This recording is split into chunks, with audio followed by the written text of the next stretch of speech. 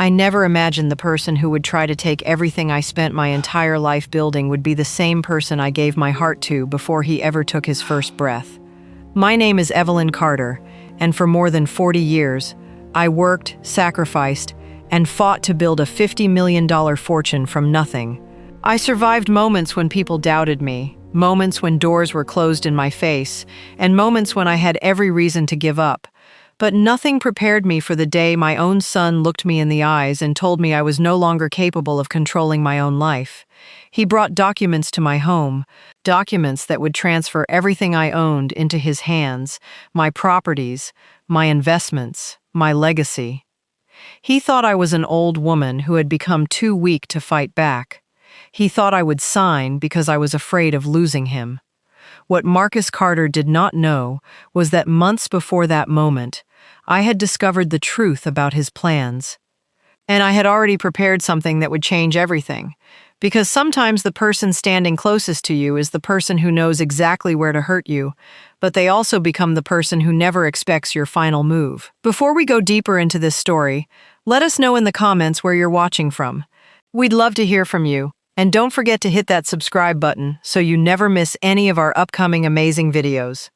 This is the story of how my son tried to take my entire fortune from me, and how a secret plan I kept hidden for months changed the future of our entire family. When people looked at me, they saw the mansion.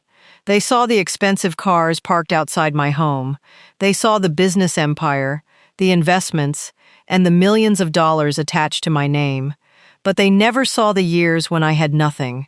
They never saw the small apartment where Marcus took his first steps.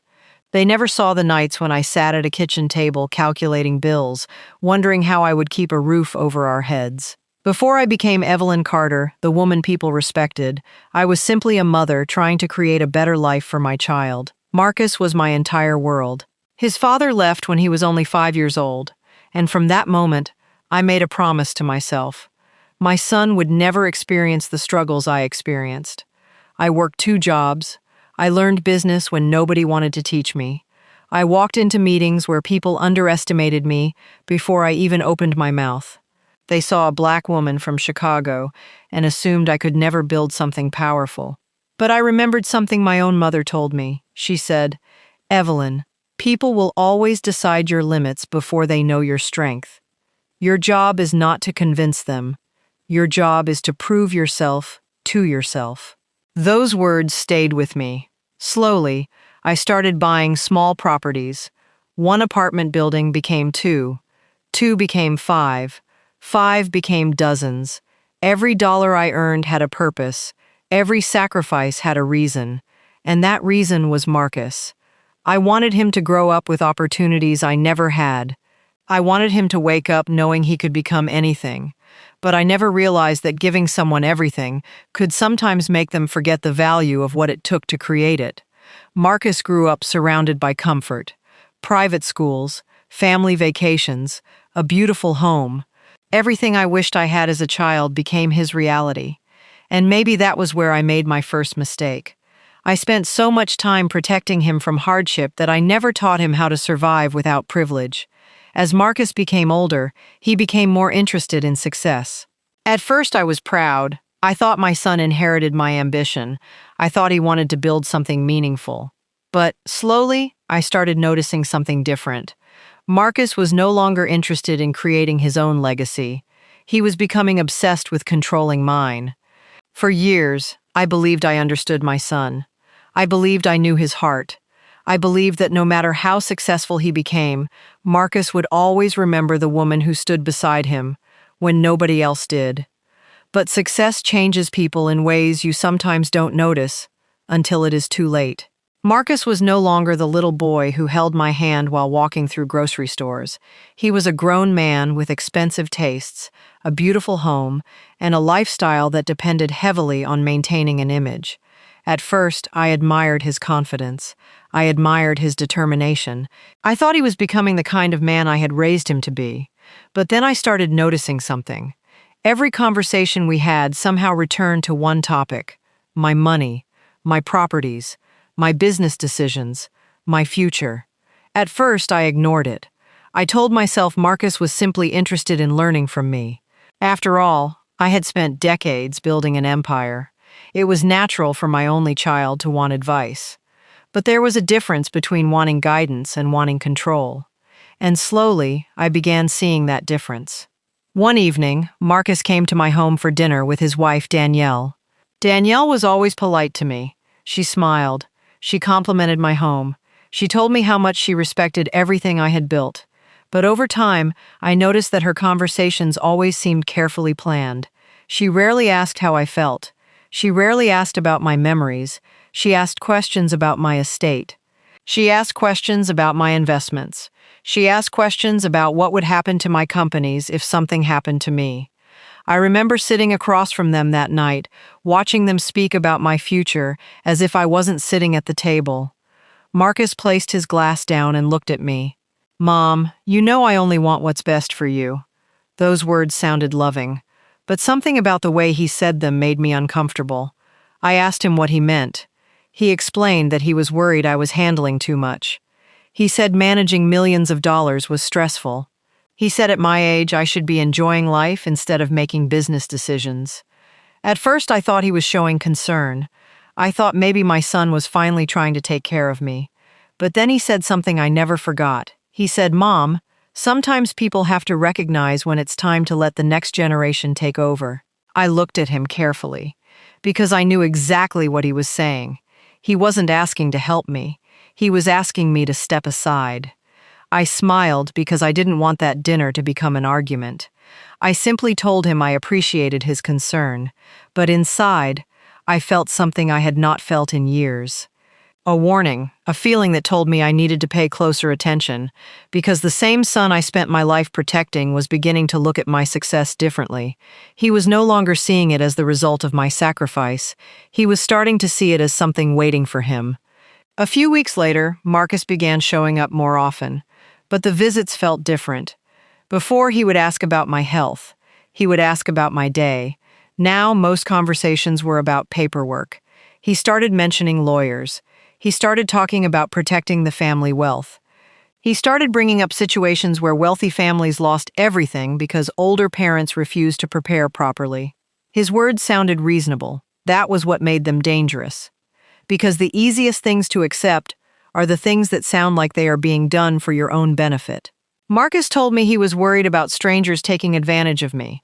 He told me there were people who would try to manipulate me because of my fortune. But what he didn't realize was that I had spent my entire life reading people. Building a company taught me something important. Money does not change who people are. It reveals who they already were. And I was beginning to see a side of my son I had never seen before. The first person I spoke to about my concerns was Angela Brooks. Angela had known me before the millions, before the mansion, before the success. She was there when I was still struggling to pay bills and trying to convince banks that I had a vision worth believing in. She knew the real Evelyn Carter, not the woman people saw in magazines, not the wealthy business owner, the woman underneath all of it. I told Angela about Marcus. I told her about the conversations. I told her about the sudden interest in my finances. Angela listened quietly. Then she said something that stayed with me. "Evelyn, sometimes we protect our children so much that we forget they are still capable of hurting us." I didn't want to believe that. I defended Marcus. I told her he was my son. I told her he loved me.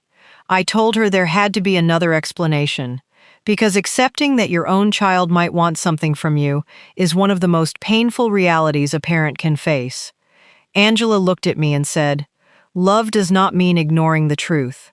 Those words followed me. Because deep down, I knew something had changed.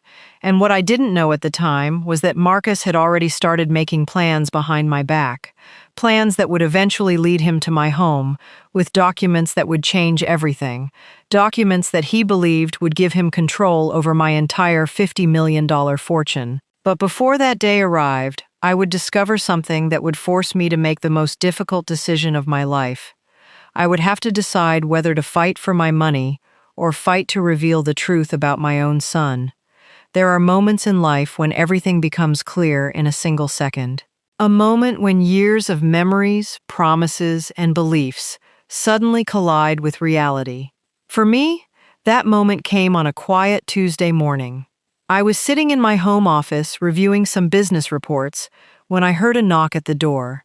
When I looked up, I saw Marcus standing there. He was dressed in one of his expensive suits, the same kind of suit I used to proudly buy for him when he was starting his career. But something about his expression was different. He wasn't coming to visit his mother. He was coming for a conversation, a serious one. Behind him was Danielle. She smiled politely, but I noticed something. Neither of them looked surprised. It was as if they had already discussed everything before they entered my home. Marcus walked inside and placed a large folder on my desk. "Mom, we need to talk about your future." Those words immediately caught my attention. I asked him what he meant. He sat down across from me and explained that he had been researching ways to protect my assets. He said my age made me vulnerable. He said wealthy seniors were often targeted. He said he was only trying to make sure everything I built stayed within the family. Everything sounded carefully prepared. Every sentence sounded like something someone had practiced before saying. Then he opened the folder. Inside were legal documents. Documents that would give Marcus control over my financial decisions. Documents that would place my fortune under his management. He explained that I would still be taken care of. He explained that I would still live comfortably. He explained that this was simply a family protection plan. But I knew what I was looking at. It was not protection. It was control. I looked at my son, the child I had carried, the child I had sacrificed for, the child whose future mattered more to me than my own, and I asked him one question. "Marcus, do you really believe I can no longer take care of myself?" He paused. For a moment, I saw something in his eyes. Not guilt, not sadness, fear. Fear that I understood what he was trying to do. But then he quickly recovered. "Mom, this isn't about taking anything from you. This is about being realistic." Realistic. That word stayed with me. Because what Marcus considered realistic was that his mother should surrender control of everything she spent her life building. I asked him why he needed me to sign immediately. He told me there was no reason to wait, that it would be easier if we handled everything now. But something inside me became certain. People who are acting with good intentions do not pressure you into making life-changing decisions. They give you time. They give you options. They respect your choice. Marcus was not doing that. After Marcus left that day, I did something I had not done in years. I called Robert Hayes. Robert had been my attorney for almost 3 decades. He helped me purchase my first major property. He helped me build my companies. He helped me protect everything I created. Most importantly, he was someone I trusted. When I arrived at his office, I placed the documents on his desk. I didn't say anything. I wanted him to tell me what he saw without my influence. He read through the papers carefully, page after page, line after line. Then he looked up at me, and the expression on his face told me everything. "Evelyn, where did you get these?" I told him Marcus brought them to my home. Robert became quiet. Then he explained something that made my heart sink. The documents were designed in a way that would give Marcus significant control over my assets. Not just temporary assistance, control. He explained that once signed, reversing some decisions could become extremely complicated. I sat there silently, because hearing it from someone else made it real. For months, I had been trying to convince myself that Marcus was simply worried about me. But now I had proof that something much bigger was happening. Robert asked me a question. "Evelyn, did Marcus tell you why he suddenly wants control of everything?" I shook my head. No. Robert leaned back. Then he told me something I didn't expect. He had received a call from someone connected to my business world. Someone had asked questions about my estate, questions about my health, questions about whether I was still capable of running my companies, and the person asking those questions was connected to Marcus. That was the moment I realized this was not a sudden idea. This was a plan that had been developing quietly while I was still believing everything was normal. That night, I walked through my home differently. Every room carried memories. The staircase where Marcus used to run down as a child, the living room where we celebrated birthdays, the walls filled with photographs of a family I thought nothing could break. I picked up an old picture of Marcus. He was only 6 years old, a little boy smiling beside me. And I remembered the promise I made when he was born. I promised I would always protect him. But now I was facing a painful truth. Sometimes protecting your child means allowing them to face the consequences of their choices. I knew I could not simply ignore what was happening. I knew I could not pretend everything was fine. But I also knew something else. Marcus thought he understood me. He thought because I was his mother, he could predict my next move. He thought my love for him made me weak. What he didn't know was that before he walked into my office with those documents, I had already started creating a plan of my own. A plan that would reveal everything. A plan that would show me who truly cared about me, and who was only waiting for my fortune. What Marcus did not understand was that I had spent my entire life preparing for difficult moments. Building a $50 million fortune taught me something important. The biggest mistakes people make with money are not always caused by bad investments. Sometimes they are caused by trusting the wrong people. I had spent decades studying contracts, protecting my businesses, and making decisions that affected hundreds of employees. I was not a woman who built an empire by accident. I was a woman who learned how to think ahead. So when Marcus walked into my home expecting me to surrender everything, he made one mistake. He underestimated me. After meeting with Robert, I decided I would not confront Marcus immediately. I knew my son. I knew his personality. If I accused him, he would deny everything. If I demanded answers, he would create excuses. And if I warned him that I knew what he was doing, he would simply become more careful. I needed something more powerful than anger. I needed the truth. Robert looked at me and asked what I wanted to do. For a long moment, I didn't answer. Because this was not just a business decision. This was my son, the child I raised, the child I loved, the child I once believed would protect me the same way I protected him. Finally, I told Robert something that surprised him. I don't want revenge. I want clarity. Because at that point, my biggest question was not whether Marcus wanted my money. I already had reasons to believe he did. My biggest question was why. What had changed? When did my son stop seeing me as his mother and start seeing me as an obstacle between him and my fortune? Angela was the first person who understood what I was trying to do. She knew this was not easy for me. People often think wealthy people don't experience pain the same way. They see the money, they see the success, they see the lifestyle, but money does not protect you from betrayal. In some ways, it makes betrayal hurt even more. Because when you have everything, you start wondering whether people love you or what they believe you can provide. Angela reminded me of something. She said, "Evelyn, you gave Marcus opportunities. You gave him love, but you cannot carry the weight of his decisions for him." Those words were difficult to accept, because mothers often carry things they were never meant to carry. We carry our children's mistakes. We carry their disappointments. We carry their struggles. And sometimes, we carry their selfishness because we still remember the innocent child they used to be. That was my battle. I was not fighting against Marcus, the businessman. I was fighting against the memory of Marcus, the little boy who used to tell me he would take care of me when he grew up.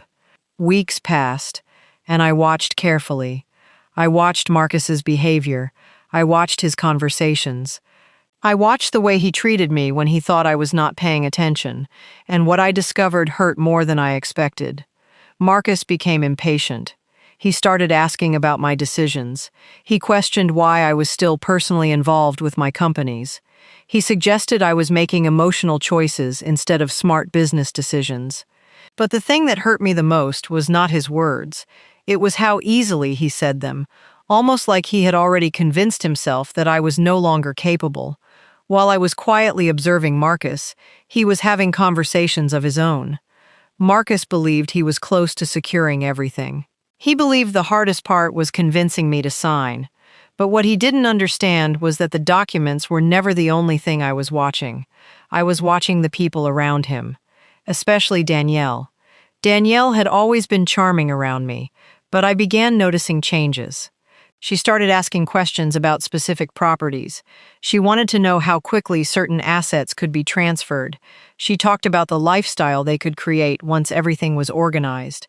That word appeared often, organized. protected, managed. Beautiful words that sounded harmless. But behind those words was a reality I was beginning to understand. They were not planning my future. They were planning theirs. One evening, I overheard part of a conversation between Marcus and Danielle. They did not know I was nearby. Marcus said something that stopped me. He said, "Once Mom signs, everything changes. Everything changes." I stood there quietly, because in that moment, I finally understood. Marcus was not waiting for my permission. He was waiting for access. The next morning, I called Robert. I told him I was ready to put my plan into motion. The plan was simple. I would allow Marcus to believe he was winning. I would allow him to believe I was weaker than before. I would allow him to believe his mother was easy to control. Because sometimes the truth comes out when people think they have already succeeded. Robert prepared everything. Not to destroy Marcus, not to embarrass him, but to reveal his true intentions. There were protections I had already placed on my estate years earlier. There were decisions I had made privately that nobody knew about. Not Marcus, not Danielle, not anyone. And when the right moment arrived, they would discover something they never expected. My fortune was never the only thing I had protected. I had protected my legacy. I had protected my employees. I had protected the people who stood by me before the money ever came. And most importantly, I had protected myself. Because the biggest mistake Marcus made was believing his mother had become powerless. He forgot one thing. I built an empire before he ever understood what an empire was, and I was not finished making decisions. There is a moment in every battle when the person who thinks they are winning becomes the least careful. For Marcus, that moment came when he believed I had finally accepted defeat. After weeks of conversations, pressure, and carefully chosen words, he returned to my home with the documents again. But this time, his attitude was different. He was no longer asking. He was expecting. That was the difference. The first time Marcus brought those papers to me, he tried to convince me. The second time, he acted like the decision had already been made. He walked into my office with confidence. He looked around the room filled with memories of my success, but I could tell he was no longer seeing it as my achievement. He was seeing it as something that would soon belong to him. "Mom," he said, sitting across from me, "I think we both know this is the right thing to do." I looked at him carefully. The same face I had watched grow from a child into a man. The same eyes I had looked into when I promised him he would never face the struggles I faced. But now those eyes belonged to someone who had convinced himself that taking control of my life was an act of love. I asked him one question. "What happens if I say no?" The room became quiet. Marcus looked uncomfortable, because for the first time, I had forced him to acknowledge something he had avoided. This was still my decision, not his. He quickly changed his tone. He said he was not trying to pressure me. He said he only wanted to help. He said he was thinking about the future. But I noticed something. Every time he explained his intentions, he talked about protecting my money. He rarely talked about protecting me. That was when I knew. The person sitting across from me was not worried about losing his mother. He was worried about losing access to what she had built. A few days later, I met with Robert. I told him what I had decided. I was going to let Marcus believe he had won. Robert looked at me for a long moment. He understood why. Because sometimes revealing someone's intentions requires patience. If I fought Marcus immediately, he would have hidden everything. He would have changed his behavior. He would have found another way. But if I allowed him to believe I was surrendering, he would show me exactly who he was. Robert prepared the next steps carefully. He reminded me that my goal was not revenge. My goal was truth. I wanted to know if Marcus still had a conscience. I wanted to know if there was any part of him that would stop when he realized what he was doing. Because despite everything, I was still his mother. A part of me was hoping he would surprise me. A part of me was hoping he would realize the damage he was causing. But another part of me already knew. The boy I raised had become a man who valued what I owned more than what I sacrificed. The day came when I finally signed. Marcus arrived early. Too early. That alone told me how important this moment was to him. He tried to hide his excitement, but I could see it, the confidence, the relief, the feeling that he was finally getting what he wanted. Danielle waited outside in the car. She didn't even come inside. That told me everything. This was not about family. This was business. My own son had turned our relationship into a transaction. I picked up the pen, and before I signed, I looked at Marcus. I wanted to remember that moment. Not because I hated him, but because I needed to understand the person standing in front of me. I asked him, "Marcus, if I had nothing, would you still be here?" He looked surprised by the question. He smiled slightly. "Mom, why would you ask something like that?" Because I needed to know the answer, not from his words, from his reaction. He avoided my eyes, and that silence told me more than any answer could. I signed the document. Marcus took a deep breath. He thanked me. He hugged me. But the hug felt different. It felt like the celebration of a victory, not the comfort of a son. After Marcus left, I sat alone in my office. The room was quiet, but for the first time in months, I felt peace. Because I knew something Marcus did not know. The signature he celebrated was not the end of my story. It was the beginning of his discovery. He believed he had taken control. He believed I had become powerless. He believed the woman who built a $50 million fortune had finally stepped aside. But what Marcus did not understand was that I had prepared for this moment long before he ever entered that room. Years earlier, when I built my companies, I created safeguards. I created protections. I created plans that ensured my wealth would never simply go to whoever demanded it the loudest. And now, those decisions would matter. But the most important part of my plan was not about money. It was about revealing the truth. Because I needed Marcus to see what his choices had cost him. I needed him to understand that the greatest loss was never going to be the fortune. The greatest loss was losing the trust of the person who loved him the most. And soon, Marcus would discover that the papers he proudly carried out of my home did not give him what he thought they gave him. Because there was one final piece of my plan that nobody knew about. Not Marcus, not Danielle, not even the people closest to me. And when that secret finally came out, it would change everything. After Marcus walked out of my home believing he had finally won, I did something unexpected. I smiled, not because I was happy, not because my son had betrayed me, but because for the first time, I no longer had to wonder. For months, I had lived with questions. Was Marcus simply afraid for me? Was he being influenced by someone else? Was there still a part of my son who cared more about his mother than her fortune? That day answered everything. The man who walked into my home was not looking for a way to support me. He was looking for a way to replace me. And that realization hurt more than I could ever explain. But pain can also bring clarity. When you stop fighting what you wish was true, you can finally see what is standing in front of you. I returned to Robert's office the next morning. He had been waiting for me. There was a folder sitting on his desk, a folder that had been prepared years earlier. I looked at it and immediately knew what it contained. My real plan, the one nobody knew about. Not because I wanted to trick anyone, but because I had learned something throughout my life. The most important decisions are sometimes the ones you make quietly. Years before Marcus brought those documents to my home, I had already started thinking about the future. I was getting older. I knew one day I would not be able to manage every detail of my businesses. That is something every successful person has to accept. An empire cannot depend on one person forever. So I created a succession plan.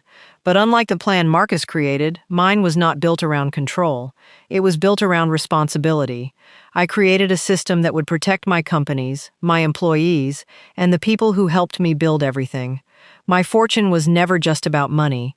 It represented thousands of hours of work. It represented the employees who trusted me, the communities my businesses supported, the people who believed in me when nobody knew my name. I could never allow someone to take control simply because they shared my last name. Family matters, but character matters too. And that was the lesson Marcus had forgotten. While I was preparing my next move, Marcus believed his life was about to change. He started making plans. He started imagining what he would do with greater control over my assets. He talked about expanding investments. He talked about changing the way my companies operated. He talked as if my life's work had become a business opportunity waiting for him. Danielle supported him. She told him he was finally stepping into the position he deserved. Those words mattered because they revealed something important. Marcus did not just want responsibility, he wanted recognition. He wanted the world to see him as the person who built something. But there was one problem. He didn't build it. I did. And deep down, I think that bothered him. Because every success he had was connected to my name. Every opportunity came easier because people respected what I had already created. Marcus had grown up with advantages I never had, but instead of using those advantages to create something of his own, he started believing he was entitled to mine. A week after Marcus signed the documents he brought me, I received a phone call from Robert. His voice was serious. He told me Marcus had already started making changes. He had contacted people connected to my businesses. He had introduced himself as the person who would soon be handling my affairs. He was moving quickly.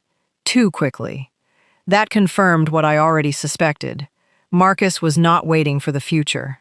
He was acting like the future had already arrived. But there was something he didn't know. The documents he had convinced me to sign did not give him unlimited power. They only revealed his intentions. Because years earlier, I had created protections that required something more important than legal authority. They required trust, and Marcus had just shown that trust was the one thing he no longer had. Angela came to visit me after everything happened. She didn't ask about the money. She didn't ask about the businesses. She asked about my heart. That was why she was my friend. She looked at me and said, "Evelyn, I know you are trying to be strong, but this is still your son." And she was right. No amount of money could make that pain disappear. People often think betrayal is painful because of what someone takes from you, but sometimes the deepest pain comes from what they make you question. I started questioning every memory, every conversation, every moment when Marcus told me he loved me. I wondered if he truly loved me, or if he loved the security my success provided. Angela reminded me that my kindness was never a mistake. She reminded me that loving someone does not mean you failed because they made a bad choice. But she also reminded me that love without boundaries can destroy the person giving it. That night, I made my final decision. I would no longer protect Marcus from the consequences of his actions. For years, I protected him from hardship. Now, I had to allow life to teach him something I never could: the value of trust, the value of loyalty, and the cost of believing you are entitled to something you did not earn. Marcus still believed he controlled my fortune. He still believed I had no way to stop him. He still believed his mother was too emotional to challenge him. But soon he would receive a message from Robert that would force him to face reality. A message that would reveal the truth about my estate. A message that would show him the one thing he never expected. The fortune he thought he had taken was never truly his to control. Marcus thought the hardest part was over. He believed the moment I signed those documents, the battle had ended. He believed he had convinced his mother to surrender. But what Marcus didn't understand was that a signature does not always mean victory. Sometimes, it simply reveals someone's true intentions. A few days after I signed the documents, Robert contacted Marcus. He told him they needed to meet. Marcus arrived expecting a simple conversation about the next steps. He walked into that office with confidence. The confidence of someone who believed he had already won. He sat across from Robert and asked what needed to happen next. He expected discussions about accounts, properties, business decisions.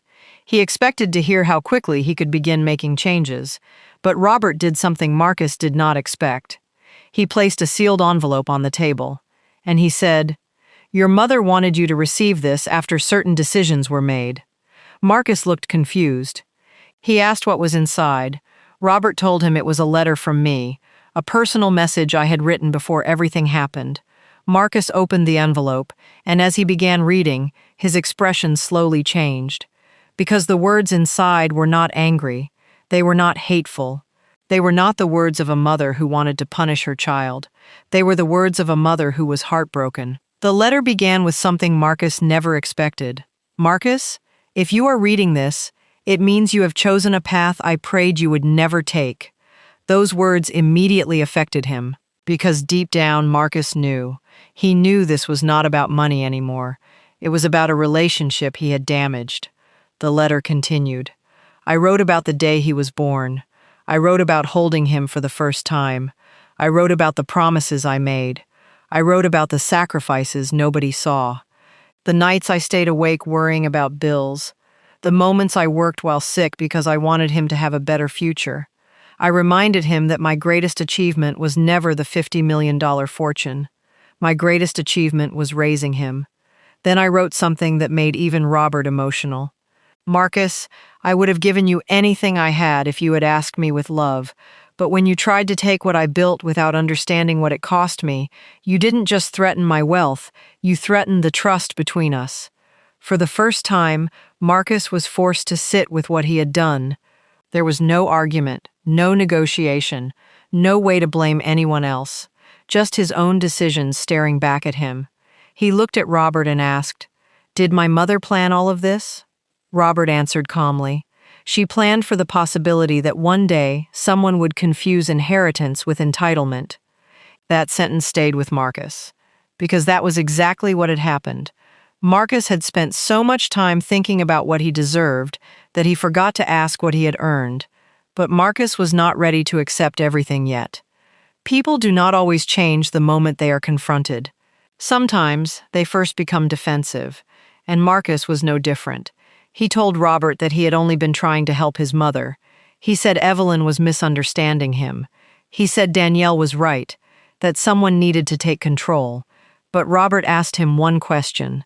"If your mother had no money, would you have fought this hard to control her life?" Marcus became silent, because that question was impossible to answer without facing the truth. When Robert told me about Marcus's reaction, I was not surprised. I knew my son. A part of me hoped that hearing the truth would bring him back. Not back to the money, back to me. Because despite everything, I still loved him. That was the hardest part. People think betrayal removes love. Sometimes it doesn't. Sometimes you can be hurt by someone and still hope they become better. Sometimes you can set boundaries with someone and still pray they find their way. I told Robert something that day. I don't want Marcus to lose everything. I want him to understand everything. Because my goal was never to destroy my son. My goal was to stop him from destroying himself. For the first time in months, Marcus began questioning everything. He started looking back at the choices he made. The conversations with Danielle, the pressure he placed on me, the way he viewed my fortune as something waiting for him. And slowly, he began realizing something painful. He had spent so much time trying to secure his inheritance that he was losing the one thing more valuable than money, his mother's trust. But there was still one person who refused to believe Marcus had done anything wrong, Danielle, and she was about to make a decision that would change the entire family forever. Because while Marcus was beginning to regret his actions, Danielle was preparing to fight for the fortune she believed belonged to them. After Marcus received my letter, I thought something inside him had changed. For the first time, I saw uncertainty. I saw a man who was beginning to understand that he had crossed a line he could not easily erase. But I underestimated one thing. I underestimated how strongly some people hold on to their desire for wealth. Because while Marcus was questioning his actions, Danielle was questioning his commitment to their plan. Danielle had always been focused on appearances. She cared about how people viewed them. She cared about the lifestyle they displayed. She cared about being seen as successful. And for years, she believed Marcus becoming the person responsible for my fortune would take them to another level. In her mind, my money was not just wealth. It was access. Access to a different world, a bigger home, more influence, more recognition. And now, she felt that opportunity slipping away. One evening, Marcus sat silently in their living room. He was no longer talking about my fortune. He was no longer making plans. He was thinking. Danielle noticed, and she was not happy. She asked him what was wrong. Marcus finally admitted something. He told her he was beginning to think they had made a mistake. He told her he felt like he had hurt me. He told her he wasn't sure he wanted to continue. For a moment, Danielle said nothing. Then she asked him a question. "After everything we did, you want to walk away now?" Those words revealed something important. She wasn't asking about his relationship with his mother. She was asking about the plan. Marcus looked at Danielle and realized something. The two of them had not been seeing the situation the same way. Marcus had convinced himself he was helping. Danielle had been focused on what they would gain. She reminded him of the conversations they had. She reminded him of the future they imagined. She reminded him that people would respect him more once he controlled the family fortune. But Marcus heard those words differently now, because for the first time, he was asking himself a question he should have asked from the beginning. Would I still have done this if there was no money involved? And the answer disturbed him. Meanwhile, I continued running my businesses. I continued meeting with my employees. I continued doing the work that built everything. That was something Marcus never understood. My fortune was not sitting somewhere waiting for someone to claim it. It was connected to real people, real families, real lives. Every property had a story. Every company decision affected someone. Every employee represented a person who trusted me. That was why I had always been careful. Money was never just numbers to me. Money was responsibility. And that was the difference between Marcus and me. He saw what the money could buy. I saw what the money could build. Angela visited me during that time. She noticed something different about me. She said I looked calmer. And she was right. For months, I carried the pain of wondering whether my own son truly valued me. But once I accepted the truth, I became stronger. Because the hardest part was never losing control of my fortune. The hardest part was accepting that someone I loved could make a choice that hurt me. Angela asked me if I regretted giving Marcus everything. I thought about that question carefully. Then I answered, no, because I refused to allow Marcus's mistake to erase all the beautiful moments we had shared. I refused to let one painful chapter rewrite an entire lifetime. But I also told her something else. I regret believing love means never allowing someone to face the consequences of their actions. That was the lesson I had learned. Love does not mean removing every obstacle from someone's path. Sometimes love means allowing someone to finally understand the impact of their choices. A few weeks later, Marcus contacted me. I saw his name appear on my phone. For a moment, I simply stared at it. Because a mother's heart is complicated. Part of me wanted to answer immediately. Part of me remembered the documents on my desk, the pressure, the disappointment, the feeling of being treated like a problem instead of a person. I answered. There was silence on the other end. Then Marcus spoke. "Mom?" His voice sounded different, not confident, not demanding, just uncertain. He told me he wanted to talk. He said there were things he needed to explain. I listened quietly, because I knew this conversation would determine what happened next. But before I agreed to meet him, I needed to know one thing. Was Marcus truly sorry, or was he only afraid of losing the fortune? Because apologies are easy when people lose what they wanted. The real test comes when they choose to do what is right, even when there is nothing to gain. And soon, I would find out which kind of man my son had become. The day Marcus came back to my home, I knew it would not be an ordinary conversation. Some conversations are about solving problems. Others are about finally admitting the truth. This was the second kind.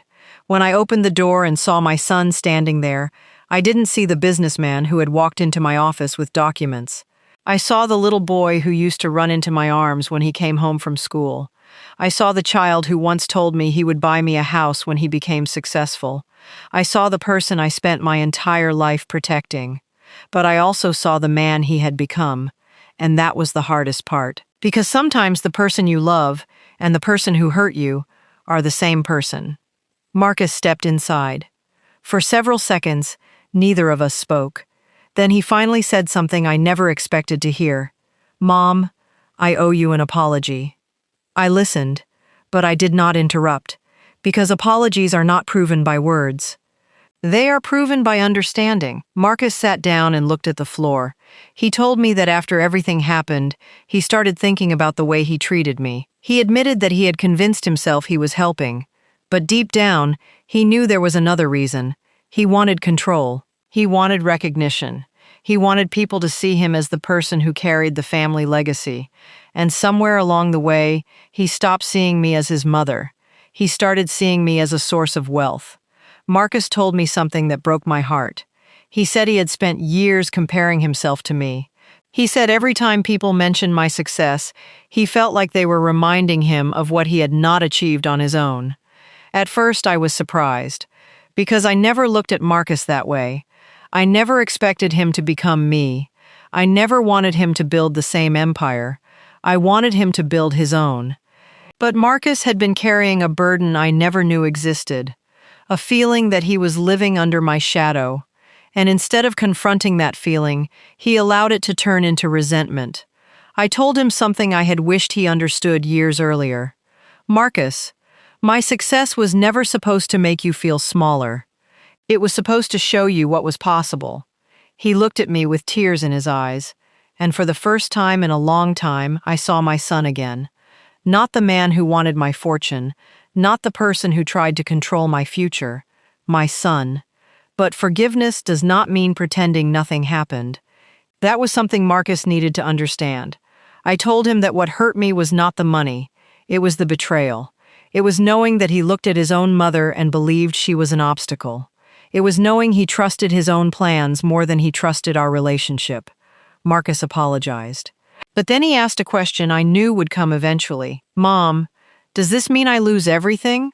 I looked at him, and I realized something. Even after everything, part of him was still focused on what he would receive. That moment mattered, because real change is not shown when someone is comfortable. It is shown when they are uncertain about what they will get. I told him the truth. My decision about my fortune was never about punishing you. It was always about protecting what I built. A few days later, Marcus met with Robert. This time, the conversation was different. There was no demand, no expectation, no assumption that he was entitled to anything. Robert explained the changes that had been made. My fortune was still protected. My businesses were still secure. And the future of everything I built would depend on responsibility, not family pressure. Marcus listened carefully, because he finally understood something. Being my son did not automatically make him the right person to control everything. Being family was a privilege. It was not a free pass. But there was still one final test. Because regret is easy when everything has already fallen apart. The real question was whether Marcus would change when there was no guarantee of reward, and that answer would come sooner than any of us expected. Because shortly after our conversation, something happened inside my business empire. A situation that required someone to make a difficult decision. A decision that would reveal Marcus's true character. For the first time in his life, he would have a choice. He could protect his own interests, or he could protect the people who depended on the legacy his mother built. And that choice would determine whether my son had truly changed. For years, Marcus believed success was measured by what a person owned, the size of their home, the amount in their bank account, the respect attached to their name. That was how he saw the world. And honestly, I understood why. He grew up watching me build something extraordinary. He watched people celebrate my achievements. He watched doors open because of the reputation I created. But what he never saw were the difficult decisions behind that success. The moments when I had to choose between making more money and doing what was right. The moments when I had to protect people who had trusted me. Because building an empire is not just about making money. It is about carrying responsibility. And soon, Marcus would face the same kind of decision that shaped my entire life. A few weeks after our conversation, one of my companies faced a serious challenge. A major investment opportunity had appeared. On paper, it looked perfect. It promised a significant financial return. Many people inside the company supported it. They saw the numbers. They saw the potential. But there was one problem. The decision would also affect hundreds of employees who had worked with me for years. Some people saw them as numbers on a spreadsheet. I saw their faces. I knew their families. I knew the sacrifices they made. That was always the difference between me and people who only chased profits. I never forgot that businesses are built by people, not just money. Robert asked Marcus to review the situation. This was intentional, because I wanted to see what he would do when nobody was forcing him. Nobody was watching his personal finances. Nobody was promising him anything. This was his chance to show whether he truly understood the responsibility that came with the family legacy. Robert explained the situation clearly. The decision that produced the most immediate money would not necessarily be the best decision for the company. Marcus studied the documents. He looked at the numbers. He looked at the possible outcomes. And for a moment, I wondered what choice he would make. Because the old Marcus would have chosen the option that created the biggest personal gain. The old Marcus would have looked at the opportunity and asked, "How much can we make?" But this time, something was different. He asked another question: "How many people will this affect?" And that question told me something had changed. Marcus made a decision that surprised everyone. He rejected the option that would have created the fastest financial gain. Instead, he chose the option that protected the employees and the long-term future of the company. Some people disagreed. Some people questioned his decision, but Marcus stood by it. And for the first time, I saw something I had been hoping to see. I saw my son thinking beyond himself. Later that day, Marcus came to my office. He didn't come to tell me about money. He didn't come to ask about inheritance. He came to tell me about the employees. He told me he finally understood something. He said, "Mom, I spent so much time thinking about what you built that I forgot why you built it." Those words meant more to me than any amount of money ever could, because that was the lesson I wanted him to learn. The fortune was never the greatest gift. The greatest gift was understanding the responsibility behind it. Our relationship did not heal overnight. That is something I want people to understand. Some wounds take time. Some trust takes years to rebuild. An apology can open the door, but actions are what allow someone to walk through it. Marcus had to prove through his choices that he was changing, and slowly he did. He started visiting me without discussing money. He called me just to check on me. He asked about my memories. He asked about my experiences. He started seeing me as his mother again, not as an account, not as an asset, not as a fortune waiting to be transferred. And that was the moment I realized something important. Sometimes people lose their way because they forget what truly matters. But if they are willing to face the truth, they can find their way back. Years later, people would ask me about my fortune. They would ask who inherited the empire. They would ask what happened to the $50 million. But those questions no longer mattered the way they once did. Because I learned something. A legacy is not measured by what you leave behind. It is measured by what you teach the people who continue after you. Marcus almost lost everything because he believed my money was my greatest possession. But he eventually learned the truth. My greatest possession was the relationship we rebuilt, the trust we restored, and the lesson that family is not about what someone can give you. Family is about who remains when there is nothing left to gain. But there was still one final decision I had to make, a decision about my fortune, a decision that would determine the future of everything I built. And when Marcus discovered what I had planned all along, he finally understood the true meaning of inheritance. For most of my life, I believed inheritance was about money. I believed it was about passing something valuable from one generation to another. But after everything that happened with Marcus, I understood something I had never fully understood before. The greatest things we leave behind are not always the things that can be counted.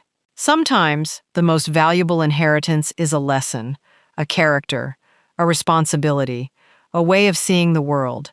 And before I made my final decision about my $50 million fortune, I needed Marcus to understand that. Because giving someone wealth without wisdom can become a burden. Money can open doors, but character determines whether someone knows what to do after walking through them.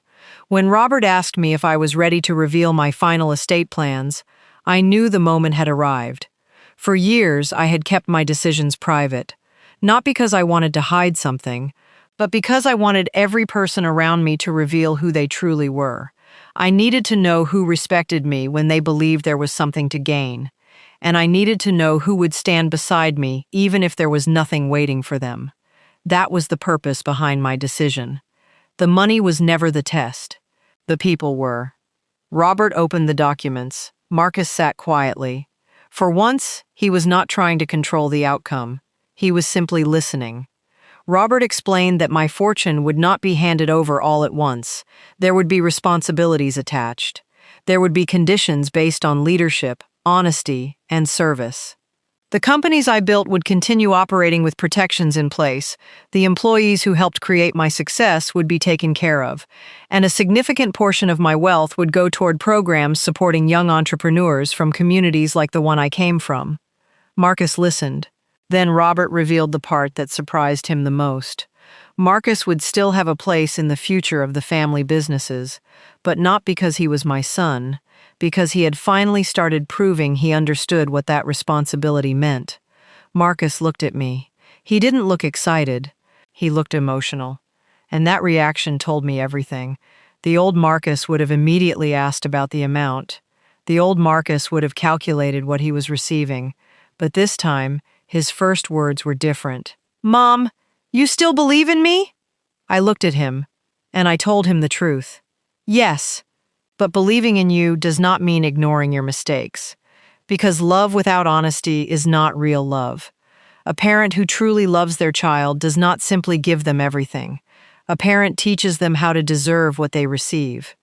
A few weeks later, I took Marcus to the first property I ever purchased.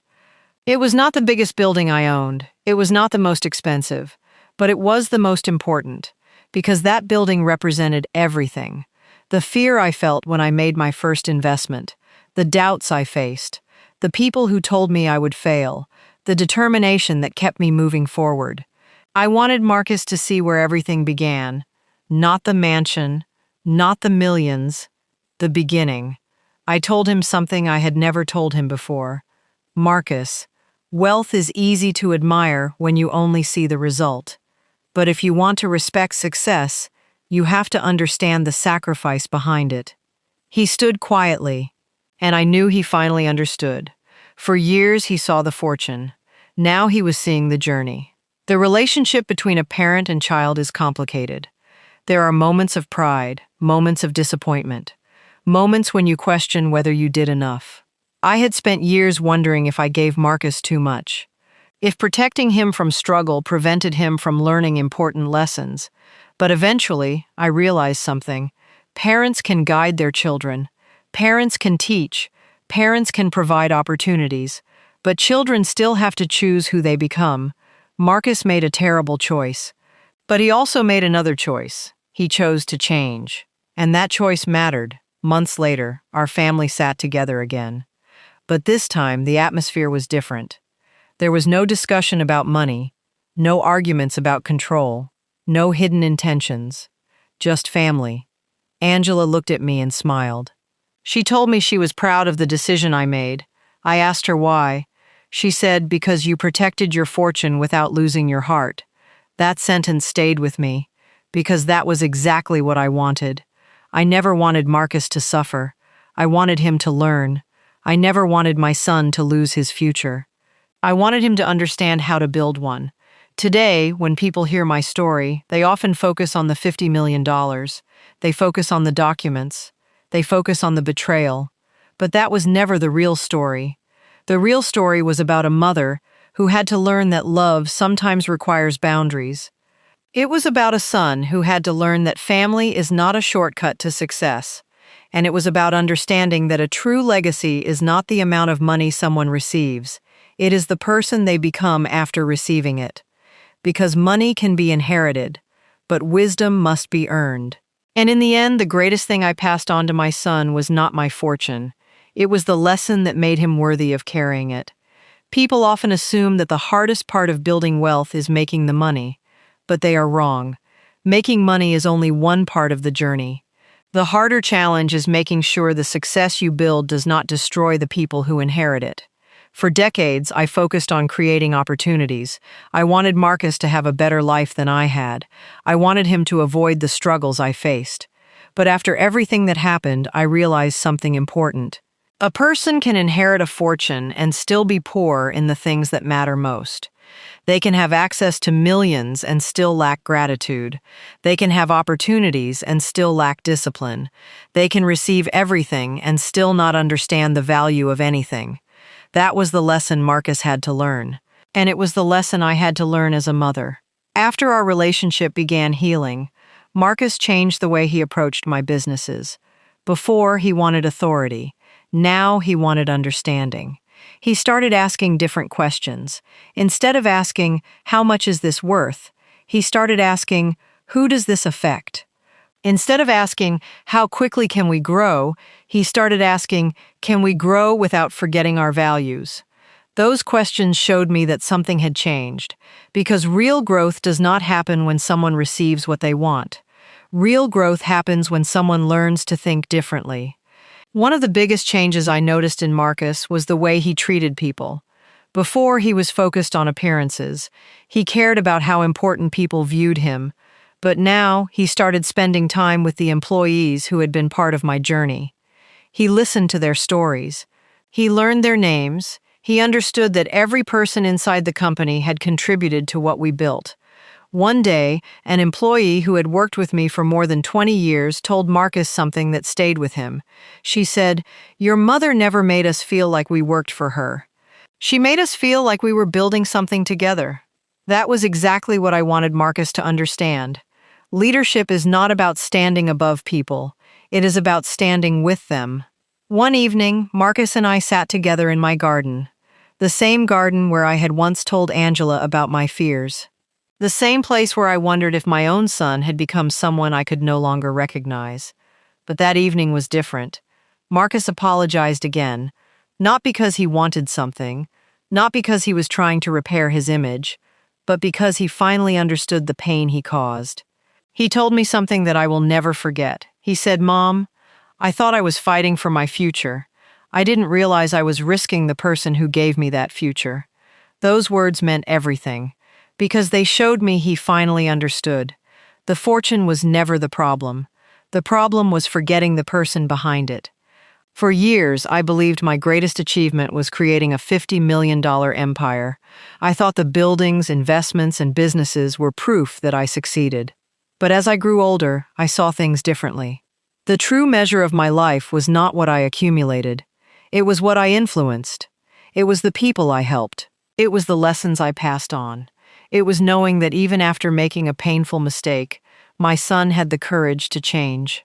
Looking back, I sometimes wonder what would have happened if I had reacted differently. What if I had immediately cut Marcus off? What if I had allowed anger to make my decisions? What if I had focused only on punishing him? Maybe things would have ended differently. But I chose another path. I chose truth. I chose patience. I chose to give him the opportunity to see the damage he had caused. Because sometimes people do not need to be destroyed. Sometimes they need to be awakened. Today, my relationship with Marcus is stronger than it has been in years. Not because we forgot what happened. We didn't. Some moments leave marks. Some lessons stay with you forever. But because we faced the truth. And that changed everything. Marcus learned that being my son was never about receiving my wealth. It was about honoring the values that created it. And I learned that loving someone does not mean allowing them to hurt you. It means having enough love to tell them the truth. The world may remember me as the woman who built a $50 million fortune. They may remember the properties, the businesses, the success. But I hope the people who hear my story remember something else. I hope they remember that money can create comfort, but character creates legacy. I hope parents remember that protecting children from every struggle may prevent them from learning important lessons. I hope children remember that the people who sacrifice for them deserve more than gratitude when they need something. They deserve love, respect, and loyalty. Because at the end of life, the greatest wealth is not what sits in your bank account. It is the people who sit beside you. And after everything I lost, after everything I learned, I realized I never truly lost my fortune, because the greatest investment I ever made was not in buildings, it was in my son. People often say that changing your life is about making better choices, but I learned something different. A person is not truly changed when they apologize. A person is not truly changed when they admit they were wrong. A person is truly changed when they are given the same temptation that caused them to fail before, and they choose differently. That was the moment I was waiting for with Marcus. Because forgiveness is powerful, but forgiveness does not erase the need for proof. I had forgiven my son, but I still needed to know if the lesson had truly reached his heart, and life gave him the perfect opportunity to prove it. Several months after Marcus and I began rebuilding our relationship, one of my largest companies faced a difficult situation. A major investor approached us with an offer. It was the kind of offer that could make headlines. The numbers were impressive. The potential profit was enormous. Many people inside the company saw it as a chance to expand faster than ever before. They saw opportunity. They saw growth. They saw success. But I saw something else. I saw questions that needed answers. Because every opportunity has a cost. And sometimes the biggest mistake people make is looking only at what they can gain. They forget to ask what they might lose. Robert gave Marcus the responsibility of reviewing the proposal.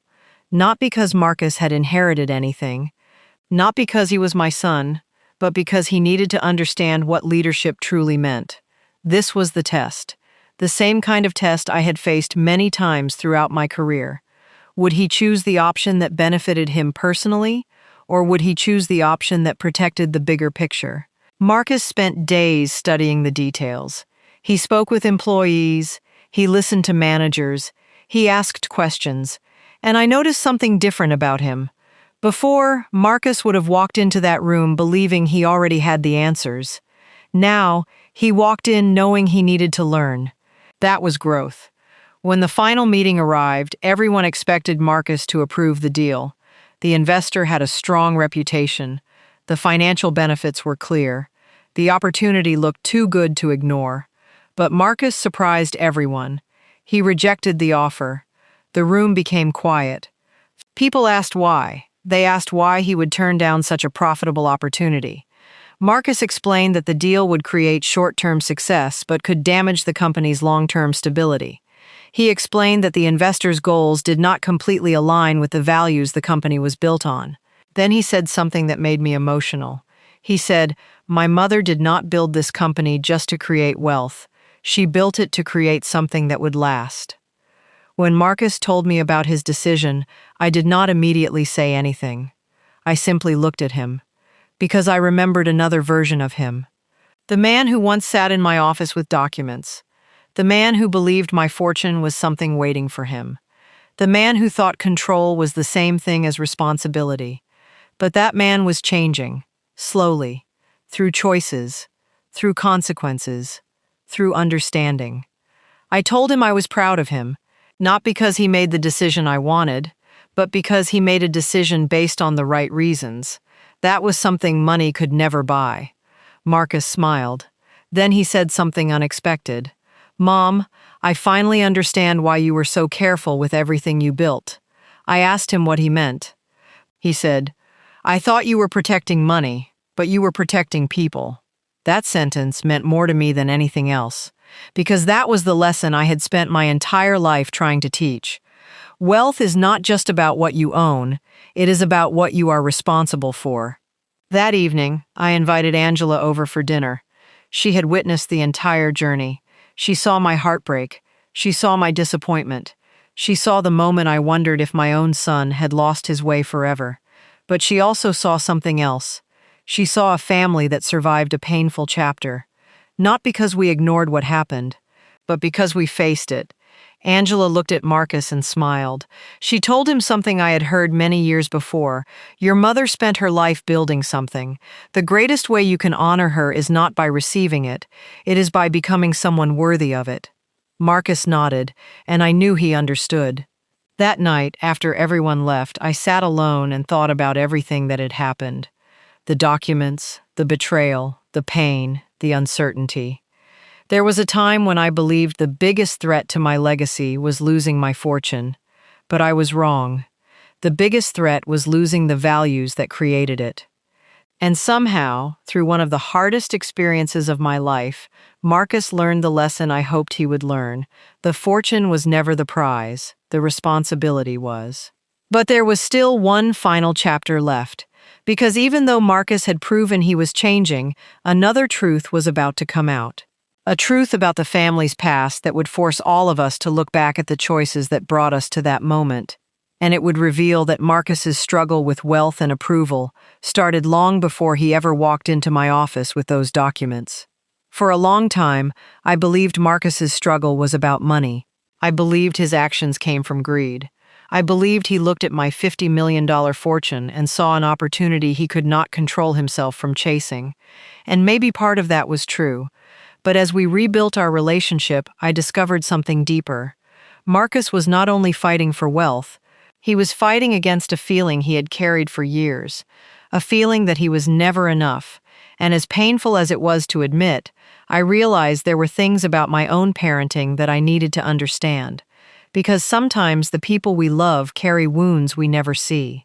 After the business decision that proved Marcus had changed, he began opening up to me more. For years, he rarely talked about his fears. He always wanted to appear confident, successful, in control.